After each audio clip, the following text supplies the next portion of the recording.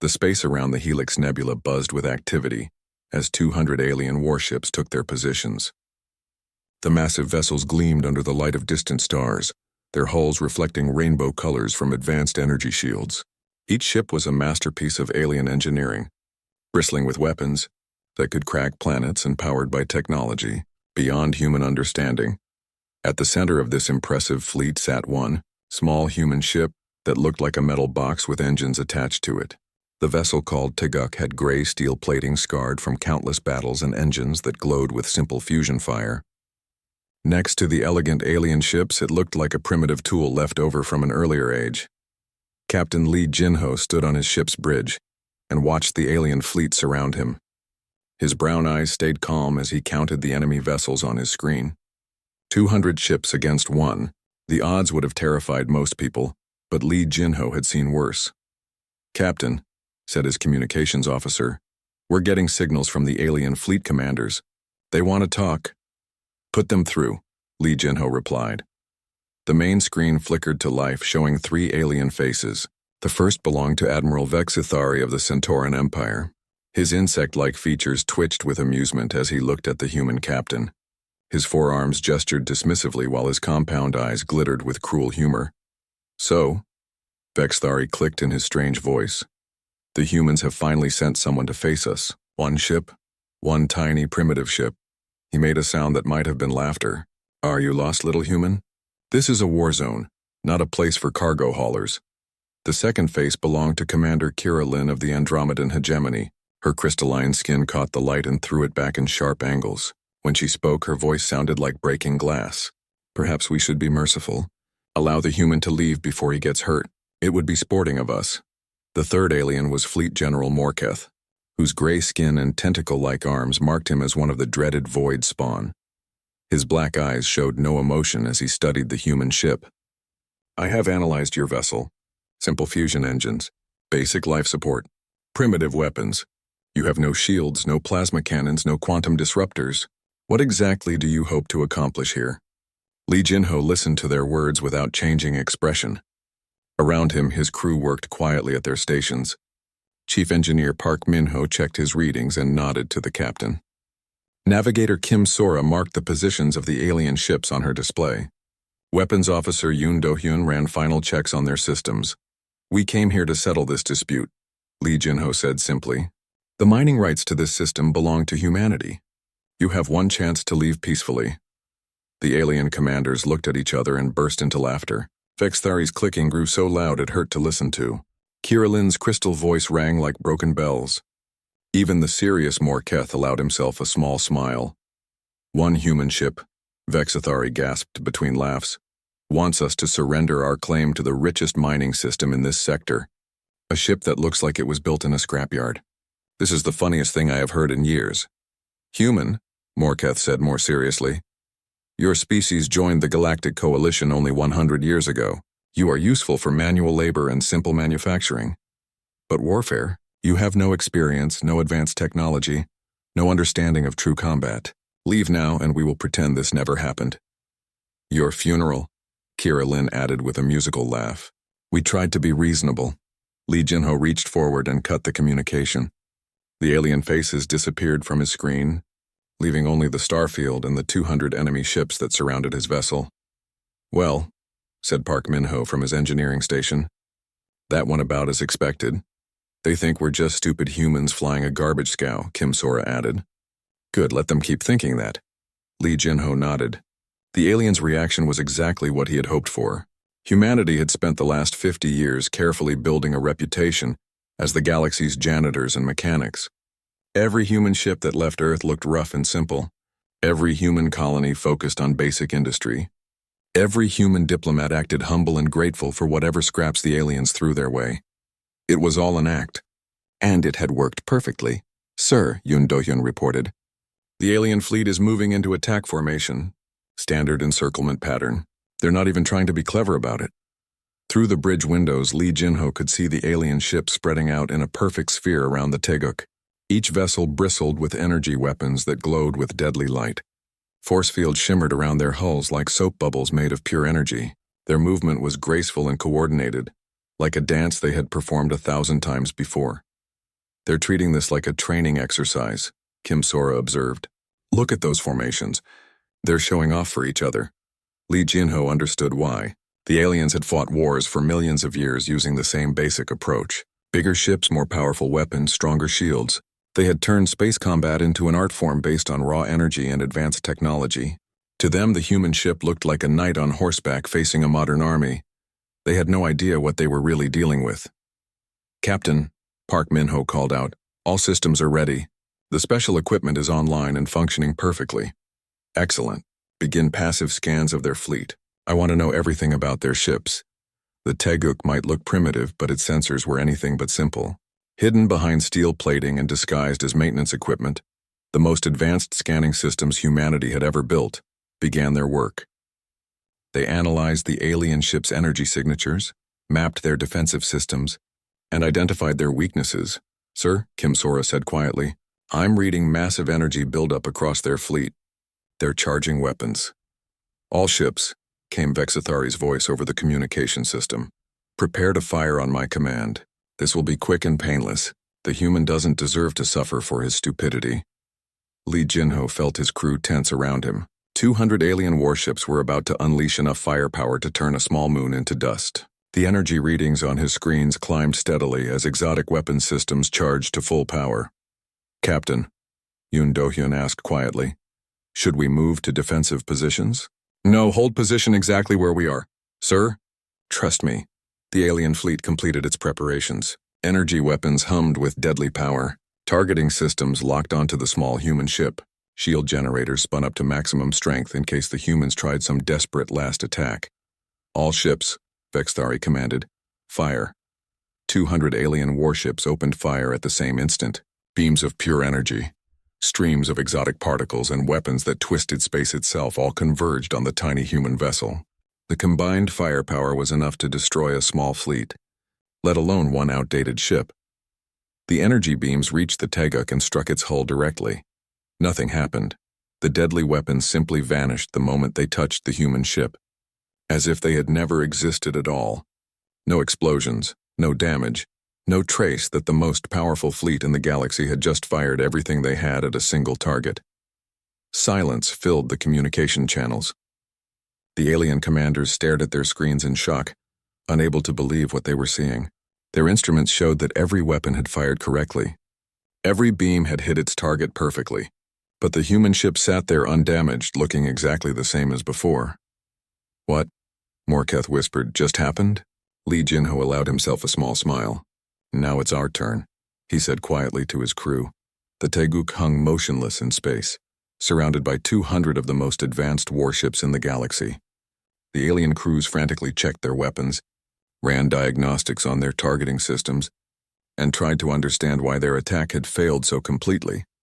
They were about to learn that humanity had not been idle during their century in the Galactic Coalition. While the aliens had focused on building bigger and more powerful weapons, humans had taken a different approach entirely.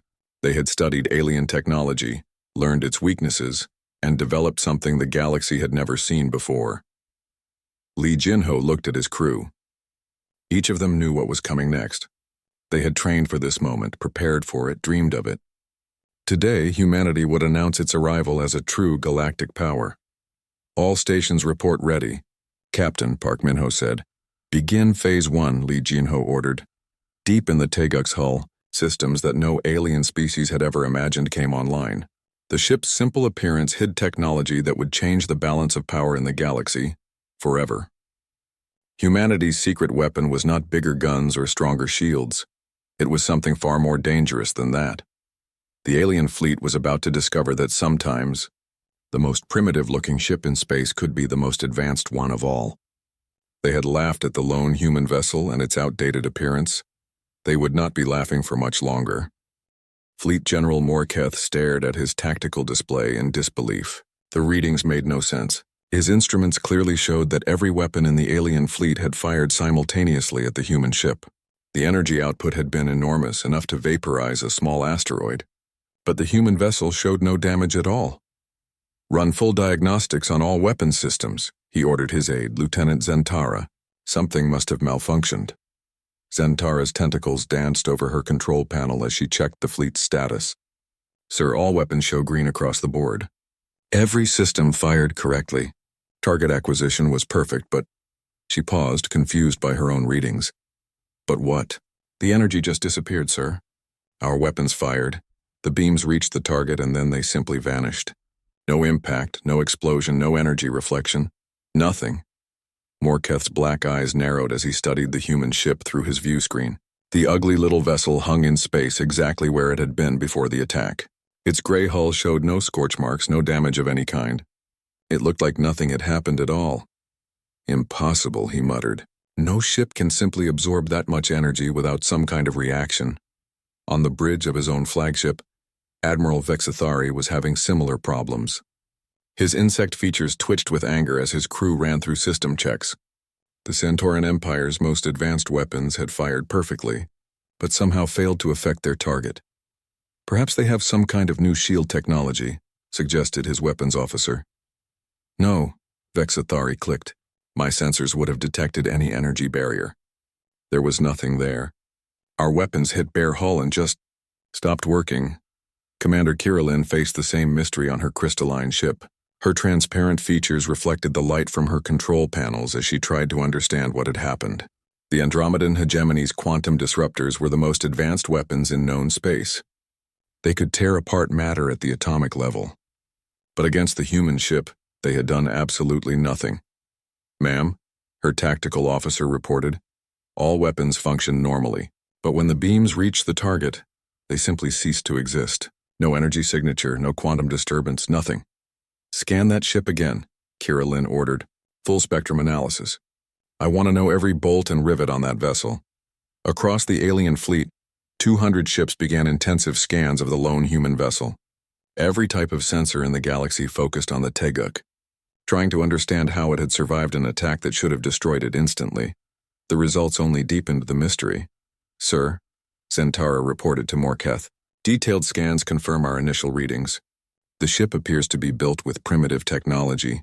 Steel and titanium hull construction, simple fusion reactors, basic life support systems. No exotic materials detected. What about their weapons? Standard kinetic systems, sir. Railguns and missile tubes. Nothing we haven't seen before from primitive species. Morketh felt a chill run through his gray skin. If the human ship was really as simple as it appeared, then how had it survived their attack? There had to be something they were missing. Deploy reconnaissance drones, he commanded. Full close-range inspection. I want detailed scans of every square meter of that hull. Similar orders went out across the alien fleet. Hundreds of small reconnaissance drones launched from the warships and swarmed toward the human vessel. Each drone carried the most advanced sensors available, capable of detecting even the smallest traces of exotic technology. On the bridge of the Teguk, Li Jinho watched the cloud of drones approaching his ship. His expression remained calm, but his crew could see the tension in his shoulders. Captain Kim Sora reported, multiple reconnaissance drones inbound. They'll reach us in 30 seconds. Let them come, Li Jinho said quietly. Activate Defensive Measure 2. Chief Engineer Park Minho nodded and touched a control on his panel. Deep within the ship's hull, another system came online. This one was even more carefully hidden than the first, disguised as a simple waste recycling unit. The approaching drones suddenly began to behave strangely. Their flight paths became erratic, wobbling through space like drunken insects. One by one, their sensor readings began to fail. Some drones simply stopped transmitting data entirely. Others sent back garbled information that made no sense. What's happening to our drones? Vexathari demanded of his crew. Unknown, sir. They're experiencing massive system failures. All electronic components are malfunctioning simultaneously. EMP attack? No electromagnetic pulse detected, sir. The failures appear to be random and affecting different systems on each drone. Within minutes, every reconnaissance drone in the swarm had either been destroyed or rendered completely useless. The alien commanders found themselves with no additional information about the human ship, and even more questions than before. This is impossible, Kirillin said to her bridge crew. No weapon can cause that kind of selective system failure without leaving some trace. Ma'am, her science officer ventured, what if it's not a weapon? What if it's some kind of natural phenomenon we don't understand? Natural phenomena don't selectively target military equipment while leaving everything else untouched. Morketh was reaching the same conclusion. Whatever the humans had done to survive their attack and destroy their drones, it was clearly some kind of technology, but it was unlike anything in the galactic databases. No known species had ever developed anything that could simply make energy weapons stop working. "Sir," Zentara said hesitantly, "perhaps we should request reinforcements.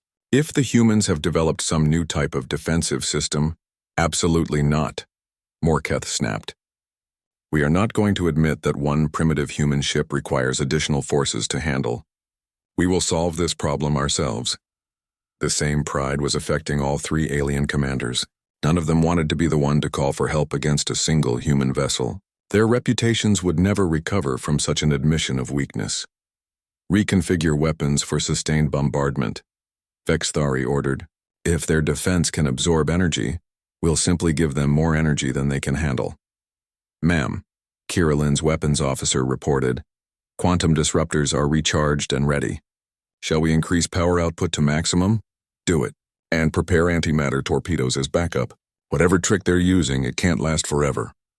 The alien fleet began preparing for a second attack. This time they would use everything they had.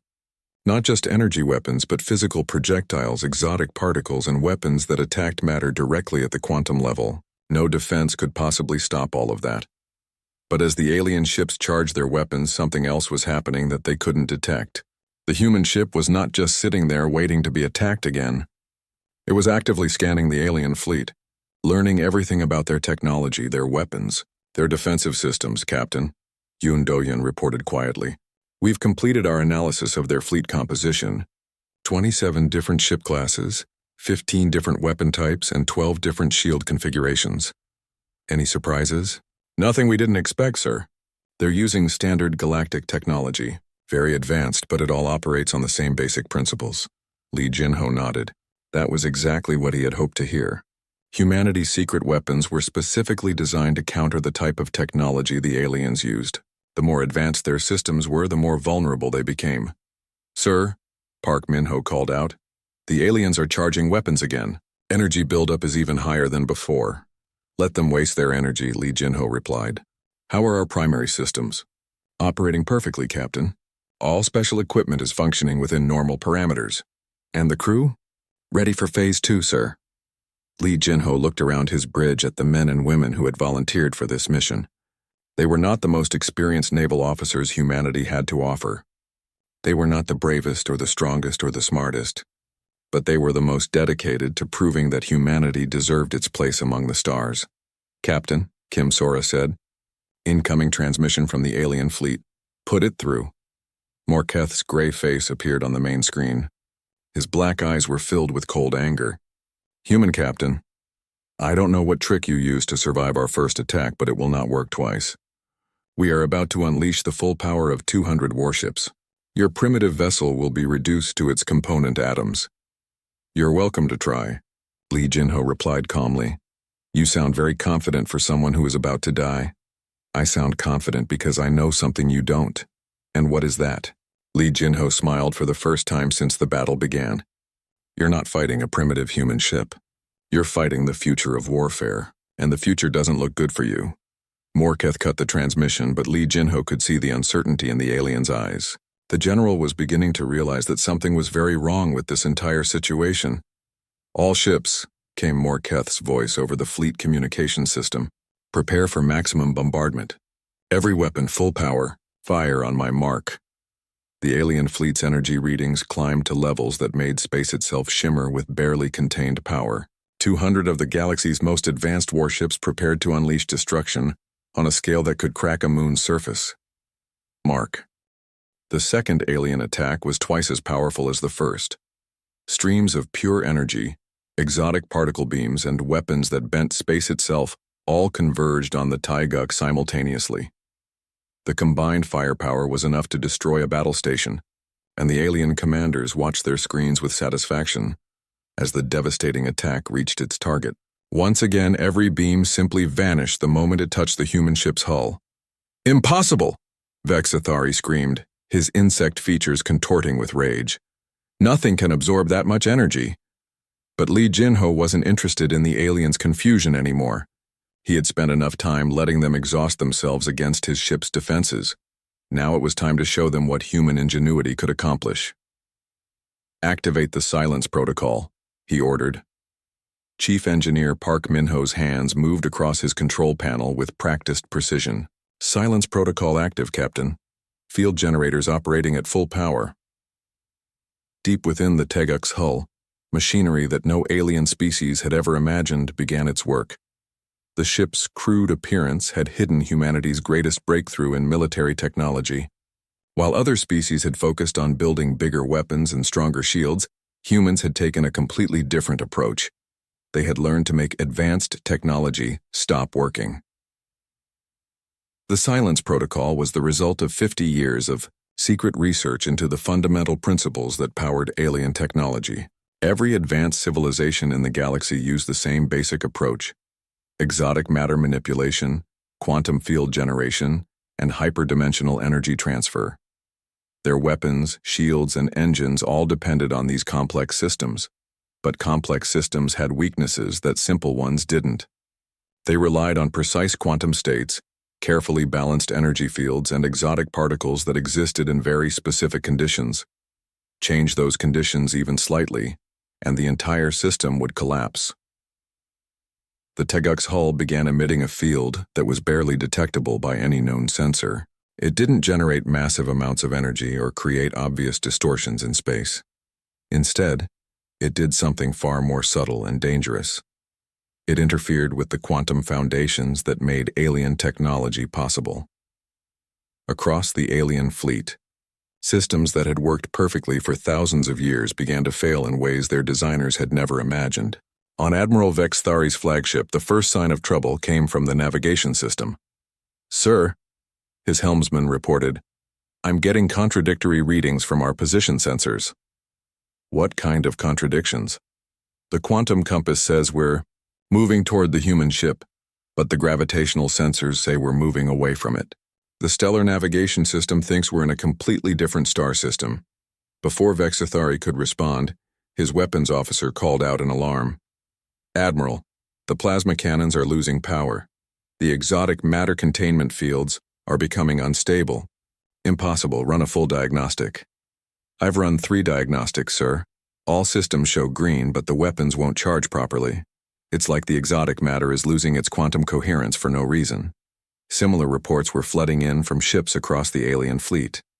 Commander Kirillin watched in growing horror as her crystalline vessel's most advanced systems began failing one by one.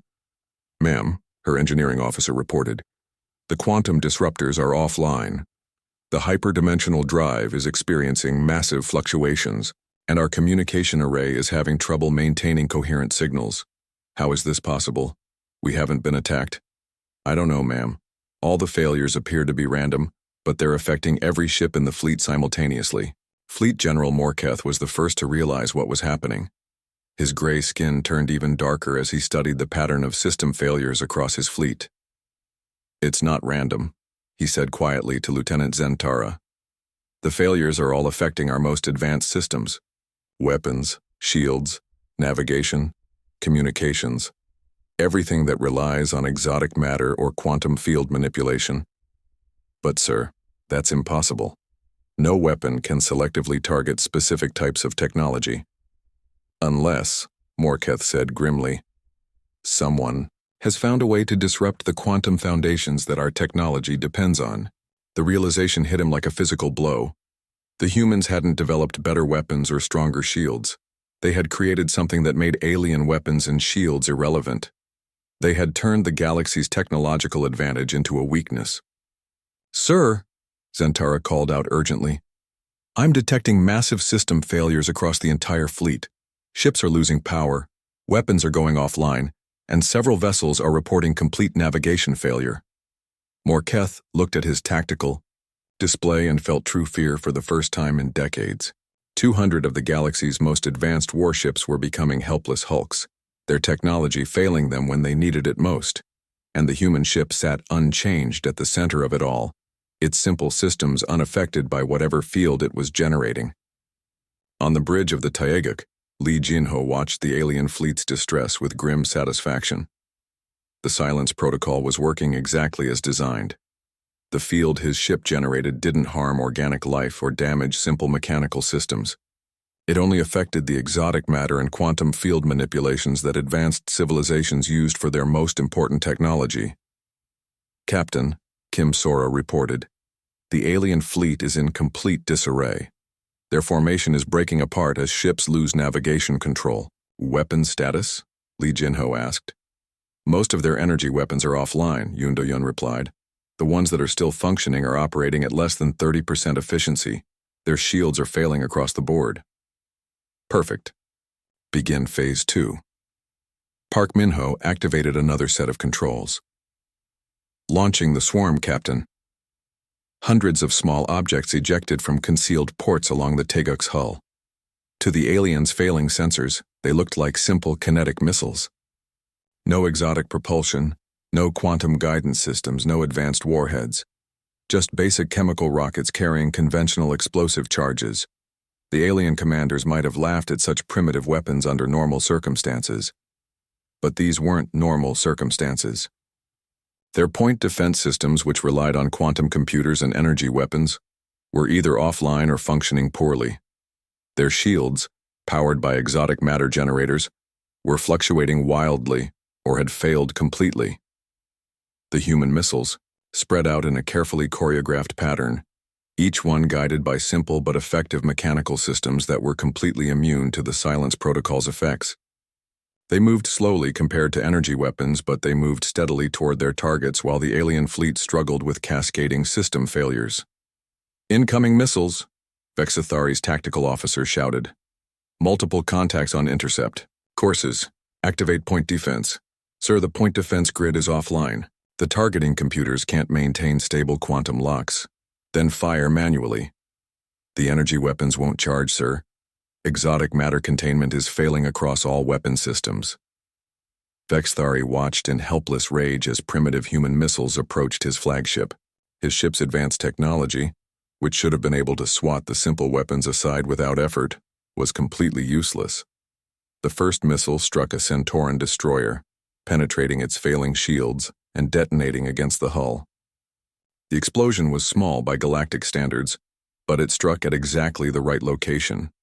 The missile's simple guidance system had targeted the ship's exotic matter reactor, and the conventional explosive was enough to disrupt the delicate containment fields.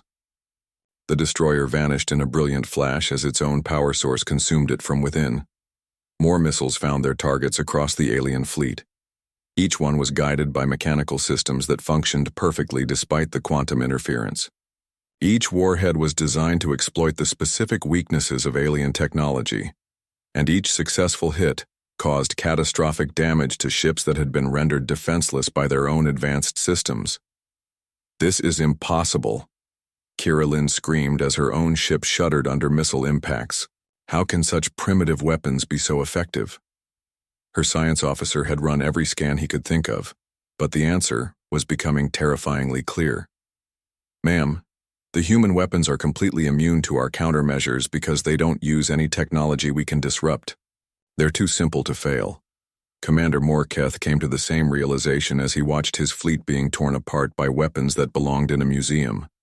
The humans had discovered the ultimate weakness of advanced civilization, its dependence on technology that could be turned against it.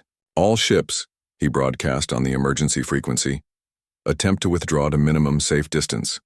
We need to regroup and find a way to counter their field. But withdrawal was easier ordered than accomplished. Half the fleet had lost navigation control entirely. Ships were drifting helplessly through space, their crews frantically trying to restart systems that refused to function properly. Others were moving in random directions, their sensors providing false information about their position and heading. The human missiles continued their methodical attack, picking off disabled ships one by one. Each explosion sent shockwaves through the alien formations, adding to the chaos and confusion. Captain, Park Min-ho reported to Lee Jinho, the silence field is operating at peak efficiency. Panic spread through the alien fleet like a virus. Ships that had been the pride of their respective navies now drifted helplessly through space, their crews desperately trying to restart systems that refused to obey commands. The disciplined formations that had surrounded the human vessel had dissolved into chaos as vessels lost navigation control and collided with debris from their destroyed companions. Admiral Vexithari's flagship shuddered as another human missile found its mark. The primitive explosive punched through his failing shields and tore into the ship's hull, sending vibrations through the deck plating. His insect features twisted with rage and fear as he watched his proud fleet being systematically destroyed by weapons that his ancestors would have considered obsolete. Damage report. He clicked at his crew. Hull breach on Deck 7, his damage control officer replied. The exotic matter conduits in that section are completely offline. We've lost another 20% of our power grid. What about weapons? Sir, the plasma cannons are completely dead. The quantum torpedoes won't arm properly. All we have left are the emergency kinetic guns, and those are centuries out of date. Vexithari wanted to scream. His ship carried enough firepower to level a small moon, but none of it would function while that damned human field was active. The emergency kinetic weapons were barely more advanced than what primitive species used for asteroid mining. Fire the kinetic guns at the human ship, he ordered. Sir, those weapons are designed for close-range defense against debris. They don't have the range or power to damage a warship. Fire them anyway. The ancient projectile weapons fired their simple metal slugs toward the Teguk, but the range was too great, and the targeting systems too basic. The shots went wide, disappearing harmlessly into space. On Commander Kirilin's crystalline flagship, the situation was even worse. Her ship's quantum-based systems were so advanced that they were particularly vulnerable to the human interference field. Every major system on her vessel had failed or was functioning at minimal capacity. Ma'am, her engineering officer reported, the hyperdimensional drive has completely collapsed. We're trapped in normal space until we can restart the exotic matter generators. How long will that take? Unknown. The quantum coherence field keeps disrupting our restart procedures. Every time we try to initialize the system, the field causes it to fail again. Kirilin's crystalline features reflected the red emergency lighting that now dominated her bridge. Her ship, which had been capable of traveling between star systems in minutes, was now slower than the most basic chemical rocket. What about communications? Can we contact the other fleets in this sector? No, ma'am. Our quantum communication array is offline. We're limited to basic radio signals, and those are being jammed by interference from the failing exotic matter systems throughout the fleet. Fleet General Morketh was having slightly better luck on his command ship, but only because the Void Spawn had always built more redundant systems into their vessels. His gray skin was slick with perspiration as he tried to coordinate a response to the human attack. Lieutenant Zentara, how many ships do we have that are still combat capable? 47 vessels retain partial weapon systems, sir, but most of those are operating at less than 20% efficiency. The human field is getting stronger. Morketh studied his tactical display, though half the information it showed was probably wrong due to sensor failures. The human ship remained at the center of the engagement, methodically launching its primitive missiles while his fleet fell apart around it. Sir, his tactical officer called out, the human missiles are adapting their attack patterns. They're targeting our most damaged ships first, then moving on to vessels that still have some functionality. Clever, Morketh admitted grudgingly. They're not just attacking randomly. They're systematically eliminating our ability to fight back. On the bridge of the Teguk, Li Jinho watched the alien fleet's destruction with professional satisfaction. The silence protocol was performing even better than the computer simulations had predicted. The alien ships were not only losing their advanced systems, but the failures were cascading as each disabled system caused others to malfunction. Captain, Kim Sora reported, we've destroyed 60% of the enemy fleet. The remaining ships are scattered across a volume of space too large for effective coordination. What's the status of their command structure? All 3 flagship vessels are still functional, but they're operating with severe system limitations. Their ability to coordinate the remaining ships is minimal. Li Jinho nodded. It was time to move to the next phase of his plan. Chief Engineer Park, are you ready to extend the silence field? Yes, sir, Park Minho replied. We can expand the field radius by 50%, but it will reduce the intensity at the edges. Do it. I want to make sure none of their ships can escape and report what they've seen here. The silence protocol's area of effect expanded, reaching out to encompass the scattered remnants of the alien fleet. Ships that had been struggling to restart their systems found their problems getting worse instead of better. Vessels that had been trying to limp away from the battle zone discovered that their engines had stopped working entirely. "Sir," Yoon Do-yoon called out. "Several enemy ships are attempting to surrender. They're broadcasting on emergency frequencies." "Not yet," Lee Jin-ho replied. "We need to make sure the lesson is completely clear." He wasn't being cruel. The stakes of this battle were much higher than the mining rights to one star system. Humanity's future in the galaxy depended on establishing respect through strength. If the alien powers thought humans could be bullied or dismissed, they would continue to treat humanity as a minor species suitable only for manual labor. But if they learned that humans were truly dangerous, they would have to accept humanity as an equal partner in galactic civilization. "Launch the second wave of missiles," Lee Jin-ho ordered. Another swarm of primitive but effective projectiles emerged from the Taeguk's hull. These missiles were larger than the first wave, carrying more powerful conventional explosives and designed to target the alien ship's main power systems. Admiral Vexithari watched the approaching missiles with growing despair. His flagship's remaining defenses were useless against such simple weapons. The missiles' mechanical guidance systems couldn't be jammed or disrupted, and their conventional explosives were more than adequate to penetrate his failing shields. "All crew to emergency stations," he ordered. "Prepare for hull breach on multiple decks." The missiles struck his ship in a carefully coordinated pattern. Each explosion was placed to cause maximum damage to critical systems, while avoiding areas where the crew was likely to be located. The humans weren't trying to commit genocide, they were trying to disable the alien fleet as completely as possible. Vexes. Thari felt his ship shudder and list to one side as the main power grid finally failed completely. Emergency lighting flickered on, casting everything in an eerie red glow. The bridge crew worked frantically at manually operated backup systems, but there was little they could do. "Sir," his communications officer reported, "we're dead in space. No power to engines, weapons, or primary systems. Life support is running on backup power only." Similar scenes were playing out across what remained of the alien fleet. Ship after ship fell victim to the human missiles, their advanced technology useless against such a simple but effective attack. Commander Kira Lin's vessel took several hits to its crystalline hull, the exotic material that gave her ship its beauty, proving vulnerable to conventional explosives when its quantum reinforcement fields failed. Her ship's graceful lines were marred by blast craters and twisted metal. "Ma'am," her damage control officer reported, "we've lost all primary systems. The crystal matrix that channels our ship's power has been fractured in 17 places. Even if the human field stopped affecting us right now, it would take weeks to repair the damage."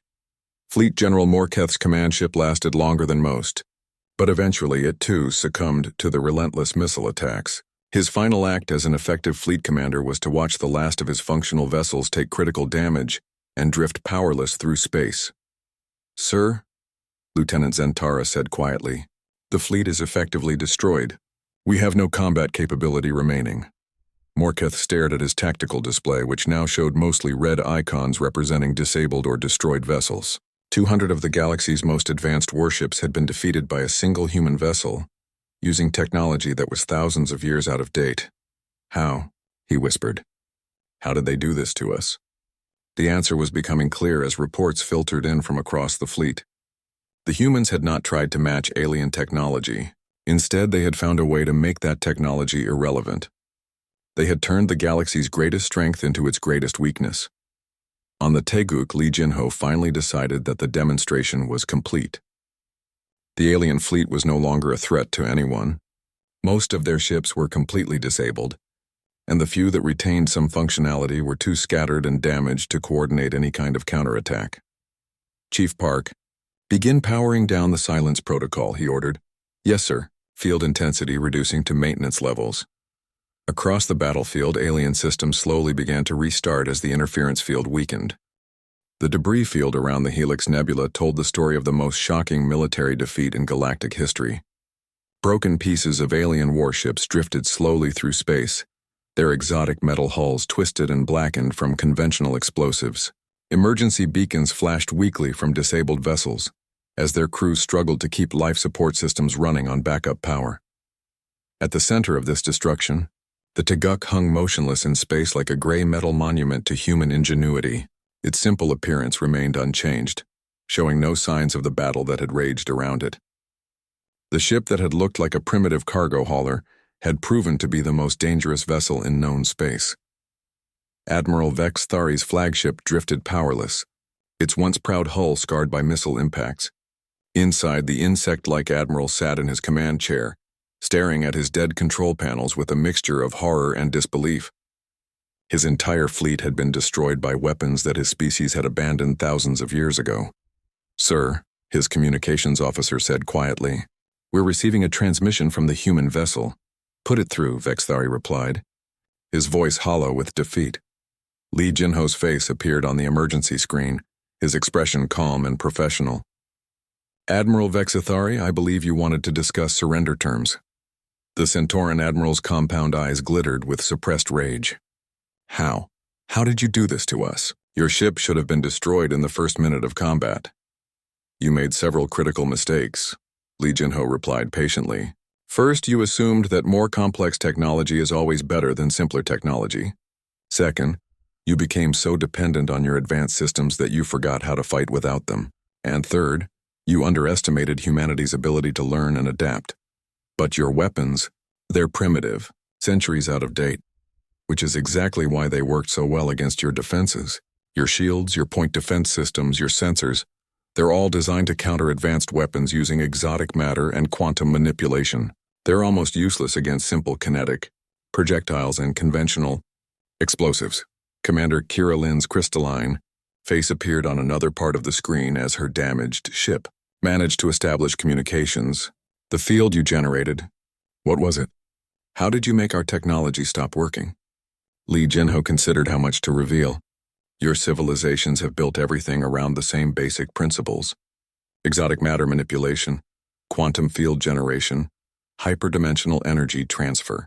All very advanced, all very impressive, and all completely dependent on precise quantum states that can be disrupted if you know how." "That's impossible," Fleet General Morketh interrupted as his own ship joined the conversation. "No species has ever developed technology that can selectively interfere with quantum mechanics." "No alien species," Lee Jinho corrected. "But humans think differently than you do. While you were focused on building bigger and more powerful weapons, we were studying the fundamental weaknesses of the technology you depend on." On the bridge of the Taeguk, Chief Engineer Park Minho monitored the silence protocol systems as they powered down to standby mode. The field generators that had crippled an entire fleet were hidden behind innocent-looking maintenance panels, disguised as simple waste recycling equipment and atmospheric processors. "Captain," Kim Sora reported, "we're receiving surrender signals from 73 vessels. The remaining ships are either completely destroyed or have lost all communication capability. And the alien command structure? Broken. The 3 flagship vessels are functional but operating on emergency power only. They can't coordinate any kind of organized response even if they wanted to." Lee Jinho nodded with satisfaction. The battle had gone exactly according to plan. The alien fleet was not only defeated but completely demoralized. They had learned that all their technological superiority meant nothing when faced with human ingenuity. "Sir," Yoon Do-hyun called out, "long-range sensors are detecting approaching ships. It looks like reinforcements from multiple alien species." "How many?" "At least 50 vessels, sir. They're still several hours away, but they're closing fast." Lee Jinho smiled grimly. Word of the battle was already spreading through the galactic communication networks. Other alien powers were responding to distress calls from the defeated fleet, probably expecting to find a few surviving human prisoners to interrogate. They were going to be very surprised. "Chief Park, how long before we can move to full power on the silence protocol again?" "The system needs 20 minutes to cool down and recalibrate, Captain. But after that, we can maintain the field indefinitely." "Excellent. We may need to give another demonstration before this is over."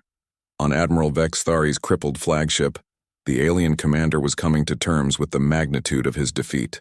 His entire career had been built on the assumption that superior technology guaranteed victory. Now he realized how wrong he had been. "Human Captain," he said into his communication system, "what do you want from us?" "The mining rights to this system belong to humanity," Lee Jinho replied. "But more importantly, I want the galaxy to understand that humans are not primitive laborers to be dismissed and ignored. We are a spacefaring civilization that deserves respect, And if we refuse? Lee Jinho's expression hardened. Then you'll discover that what happened here today was just a small demonstration of human capabilities. We have more ships like the Teguk, and we're willing to use them. This was partially true. Humanity had built 12 vessels equipped with the Silence Protocol, though the Teguk was the only one currently deployed. The other ships were still undergoing final testing and crew training back in human space. But the aliens didn't need to know that. "You're bluffing," Commander Kirillin said, though her voice lacked conviction.